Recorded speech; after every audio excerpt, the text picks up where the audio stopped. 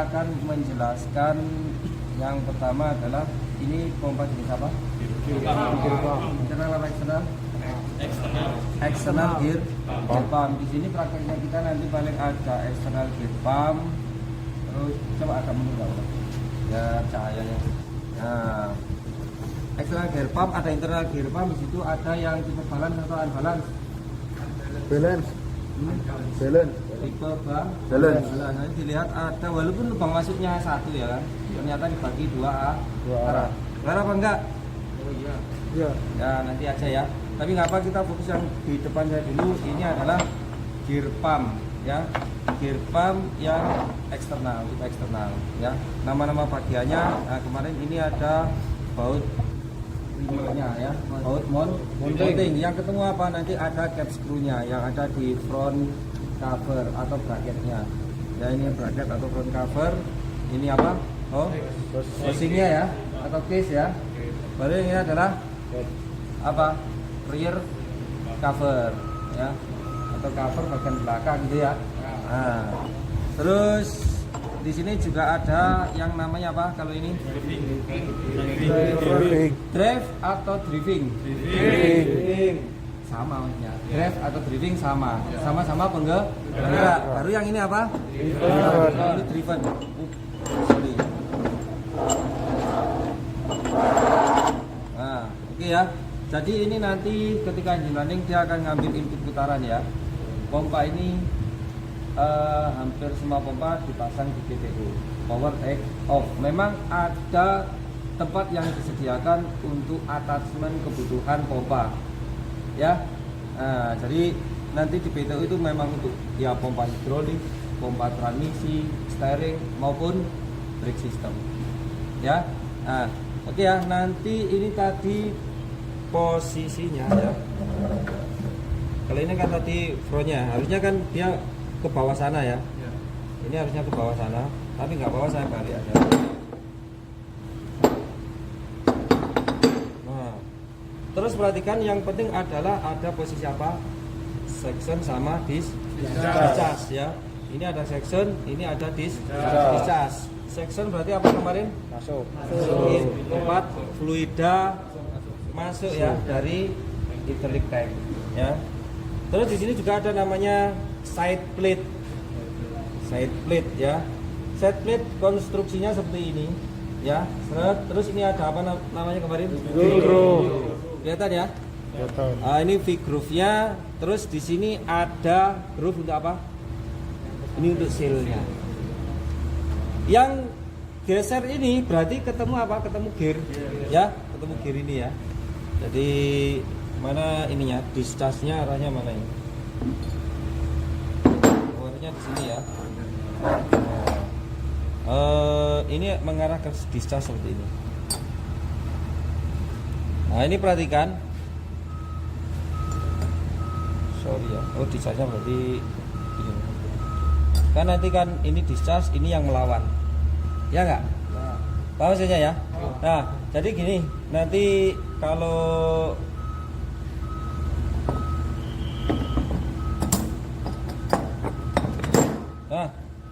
ini section, ini discharge. Ya enggak? Pompa berputar bagaimana?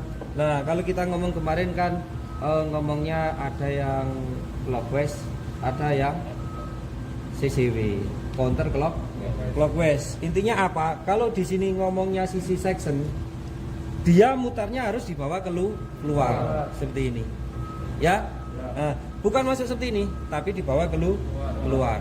Nah, nanti seperti ini, sehingga apa, dari sini sisi section yang bertekanan rendah ya, awal kan terjadi kevakuman ya, dan nanti seperti ini seret, sehingga nanti fluida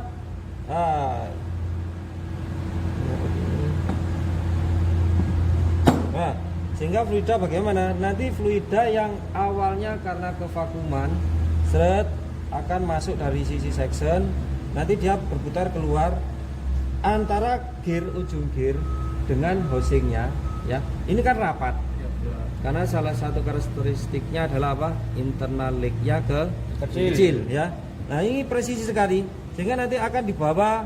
Nah sama gearnya ini disapu atau ditekan di bawah, mulai dari tekanan rendah semakin ke arah discharge semakin tinggi ya. Seret. Nah, karena nanti Anda juga disuruh menjelaskan. Ya toh?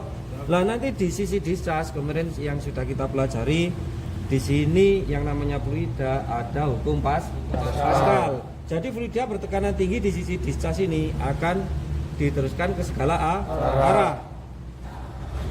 Yang utama dia diarahkan ke sisi ini ya, discharge ya. Karena apa? Menuju ke sistem. Tapi sebagian, nah karena ini ngomongnya output discharge itu orifice, paham sih ya? Ini yang kecil lubangnya. Sedangkan ruangan kerja dari gear pump kan cukup besar ini, luas, penuh oli ya. Sehingga apa?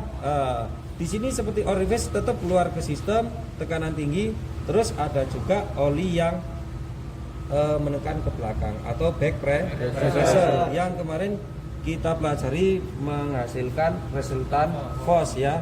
Sehingga apa? Dia akan dorong ke belakang sana. Nah, ini potensi nanti aus di top clearance. Ya enggak? Nah, untuk menghindari itu, maka untuk yang tipe S, nah ini kebetulan tipe S ya. Tipe S dia disediakan namanya apa ini kemarin? V-groove atau balancing lens. Ya enggak? Nah, ini kan posisi yang ketemu gear yang aus. Ini nanti seperti ini. Ya. Nah, cuman untuk high pressure introduction hole-nya itu enggak semua pompa tipe S ada. Tapi saya pernah melihat ada ya, pernah bongkar. Tapi yang ini tidak ada. Ya. Jadi nanti bagaimana? Sama, oli kan juga ada yang ke samping. Ya enggak? Ya. Ke samping ini dia mempertahankan posisi dari set plate-nya. Terus di sini Anda perhatikan di sini ada seal ini ya. Seal ini untuk apa? Jadi ini kan termasuk movable swat plate. Jadi kalau pressure-nya besar dari sini ya, ini nanti bisa seperti ini. Ini kan ada ya, gerak bebas Mas Yan ya, fleksibel. Jadi bagaimana? Semakin tekanan tinggi dia akan buka gini, seal-nya ini akan nutup semakin mepet terhadap housing-nya ini. Sehingga apa? Karena ini seal-nya hilang ya.